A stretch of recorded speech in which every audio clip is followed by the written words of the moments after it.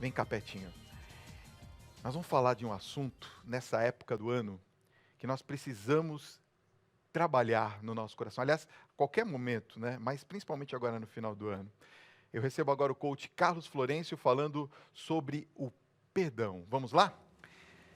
Carlos, boa noite. Seja Boa muito noite. bem-vindo ao nosso Obrigado. Tribuna, viu? E um tema muito importante, né, Carlos? Bastante, principalmente nessa época do ano, né? Natal está aí na frente, né? E perdão é sempre uma energia que nos liberta.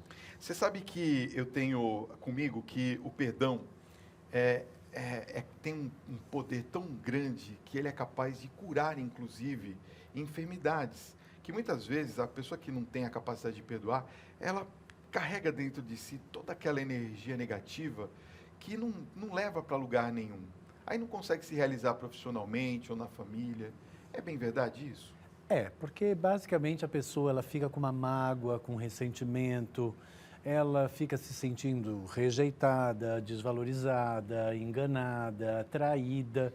E isso gera um sentimento pesado, negativo, que automaticamente vai causar um peso no nosso sistema físico e energético, ou seja, vai mexer com a saúde, com o bem-estar. Consequentemente, também, essa pessoa vai ficar com o seu pH, né?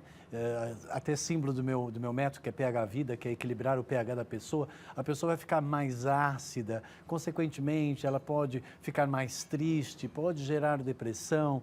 Então, todos esses processos que a pessoa vai acumulando no seu interior podem criar bloqueios. 90% das doenças são de ordem psicossomáticas, então a questão do não perdão, da mágoa, do ressentimento é um grande contribuidor para inúmeras doenças. O perdão é uma decisão ou é um sentimento da pessoa? O perdão é uma escolha em aceitar que não poderia ser diferente, não vai ser diferente e que não tem que suprir a expectativa daquilo que você esperava que ia acontecer.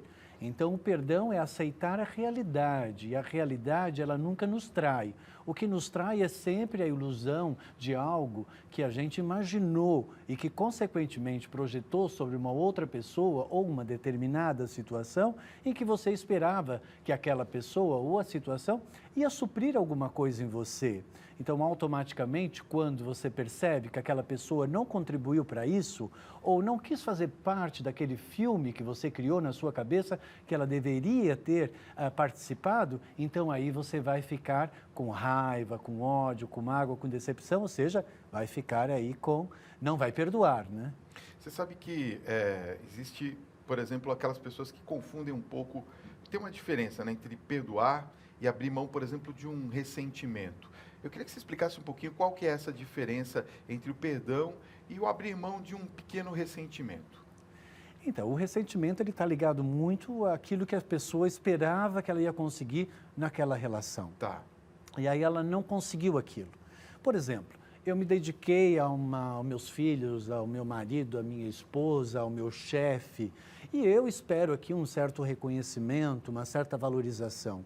Quando eu percebo que, de repente, a pessoa, tudo aquilo que eu fiz parece que não teve valor nenhum, parece que foi inútil, de repente a pessoa me traiu, ou me abandonou, ou pura e simplesmente nem disse um obrigado, eu vou ficar com esse ressentimento. Então isso passa a ser o quê? Uma expectativa de algo que eu queria para suprir a mim mesmo. Tá. E o perdão é quando eu não aceito de fato a realidade e eu gostaria que ela fosse diferente. Então eu não perdoo aquela pessoa porque ela agiu daquela determinada maneira. Ela me prejudicou de alguma forma. Então eu não consegui metabolizar aquela adrenalina, eu não consegui liberar aquela pessoa daquela situação, eu ainda tenho preso aquela imagem de referência. E é esta imagem de referência que me decepcionou que vai alimentar o ressentimento. E aí, então, uma coisa liga a outra. Como é que a gente pode fazer, por exemplo, com aquelas pessoas... porque o perdão é uma via de mão dupla, creio eu, não é? Quer dizer, é algo mútuo. Mas, muitas das vezes, uma pessoa, mesmo que seja aquela que foi a agredida, ela é capaz de perdoar o agressor, mas, muitas das vezes, o próprio agressor não perdoa aquele a quem ele agrediu. De alguma maneira. Como que fica essa relação? Quer dizer, o perdão é válido nesse sentido? O perdão, ele é um ato simples de você aceitar. No momento que eu aceito, eu automaticamente libero de mim o meu sentimento que eu nutria e, consequentemente, também libero aquela pessoa. No fundo, ao liberar a pessoa, eu vou dizer o quê? Olha, eu te tiro a responsabilidade de você ter feito alguma coisa que eu gostaria. Olha, eu acho que você não tem que preencher qualquer coisa na minha pessoa. Eu acho que você agiu de acordo com os seus interesses e, consequentemente, pode ter me prejudicado. Talvez o meu problema tenha sido a minha ingenuidade e, consequentemente, por conta disso, aquela outra pessoa tirou também proveito dessa minha ingenuidade. Então, quando nós elaboramos uma questão de perdão, nós temos que compreender que existe sempre uma cumplicidade. Existe uma força que é emanada de uma parte e que existe um receptivo, um receptor. Nesse momento, aquela pessoa que se sentiu magoada ou decepcionada, ou seja, que ficou com raiva da situação, que ela não perdoa, ela não conseguiu liberar esse processo. Por quê? Porque ela não conseguiu metabolizar esta relação. Então, precisa aceitar. Eu digo sempre que o sofrimento dura até você aceitar. Quando você aceitou, acabou o sofrimento. A questão é, você vai ter a flexibilidade, você vai ter a tolerância, você vai conseguir realmente perceber que não poderia ser como você queria. Então, é muito mais uma questão da própria personalidade da pessoa em ser mais flexível, porque nós vamos lidar com o inusitado. As pessoas são diferentes, ninguém é igual a ninguém. Nós vamos encontrar pessoas que são similares em aspectos, como você mesmo falou agora há pouco. Eu tenho meu time, você tem o seu time, ok, se o nosso time for iguais, forem o mesmo, nós estamos unidos e estamos compartilhando de um mesmo ideal de vida, estamos unidos e integrados, mas por vezes o nosso time pode ser diferente, então nós vamos estar unidos, mas nós não vamos estar integrados, né? Mas nós vamos estar integrados, que a gente pode ir num jogo de futebol, mas podemos não estar unidos porque não somos do mesmo time. Então nós sempre vamos ter relações diferentes, adversas, em algumas vamos ter cumplicidades, em algumas nós vamos ter os mesmos interesses, as mesmas vontades, os mesmos desejos, mas nunca vamos encontrar uma pessoa que realmente vai ser exatamente igual a nós. Né? O universo, Deus, né? Criou todo mundo diferente para justamente a gente aceitar pela diferença e não pela igualdade, porque pela igualdade é fácil. É fácil aceitar você porque você é do mesmo time. É fácil aceitar você porque você gosta da mesma comida que eu gosto. É fácil aceitar você porque você vai fazer o mesmo passeio que eu também gosto. O difícil é eu aceitar que de repente eu quero ir para a praia e você quer ir para a montanha, que de repente eu quero comer tal comida e você quer comer uma outra comida, que de repente eu tenho que ceder aquilo que para mim é importante para não criar o conflito com você.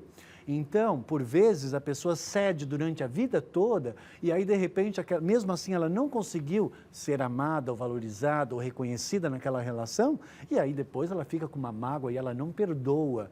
Ela não perdoa porque ela se devotou e parece que aquilo não teve o valor. Então, tem que ver aqui muito as expectativas que as pessoas criam. E, por vezes, será que ela não perdoa a pessoa, a situação ou aquilo que ela ilusoriamente estava nutrindo numa determinada relação? Então, primeiro nós temos que parar aqui e pensar aqui.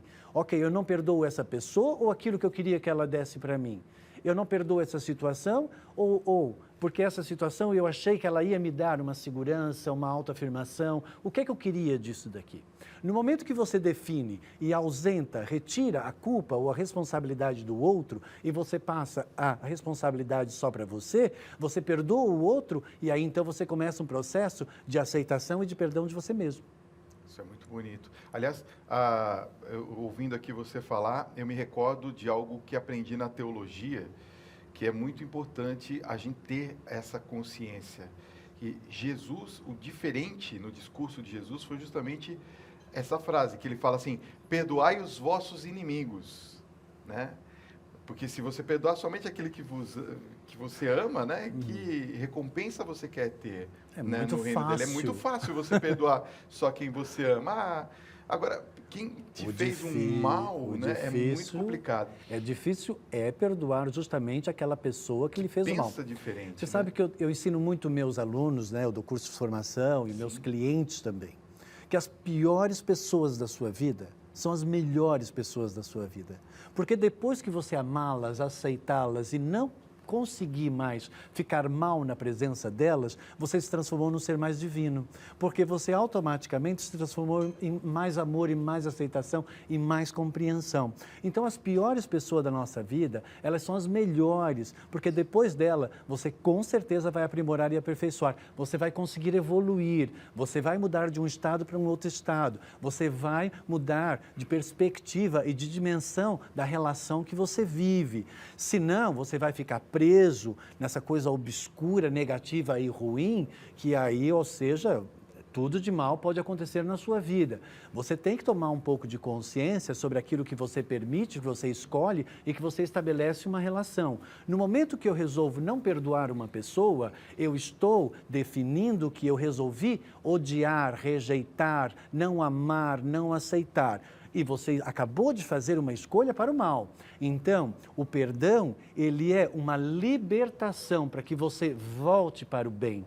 É aceitar que mesmo na pior experiência que você viveu, qual é o benefício que você pode tirar dali? Graças àquela pessoa que me traiu, eu aprendi a ser esperto. Graças àquela pessoa que me enganou, eu aprendi a deixar de ser ingênuo. Graças àquela pessoa que não me valorizou, eu percebi que quem tem me valorizar sou eu mesmo. E se aquela pessoa um dia me agradecer, ela não vai estar me dizendo nenhuma novidade, porque eu sei o meu valor, eu reconheço o meu valor. E isso existe uma diferença muito grande. E as pessoas não chegam, às vezes, a essa consciência. Carlos Florencio, muito obrigado pela sua presença. Que papo gostoso. Olha, se você quiser saber mais sobre o trabalho do Carlos Florencio, é www.carlosflorencio.com.br.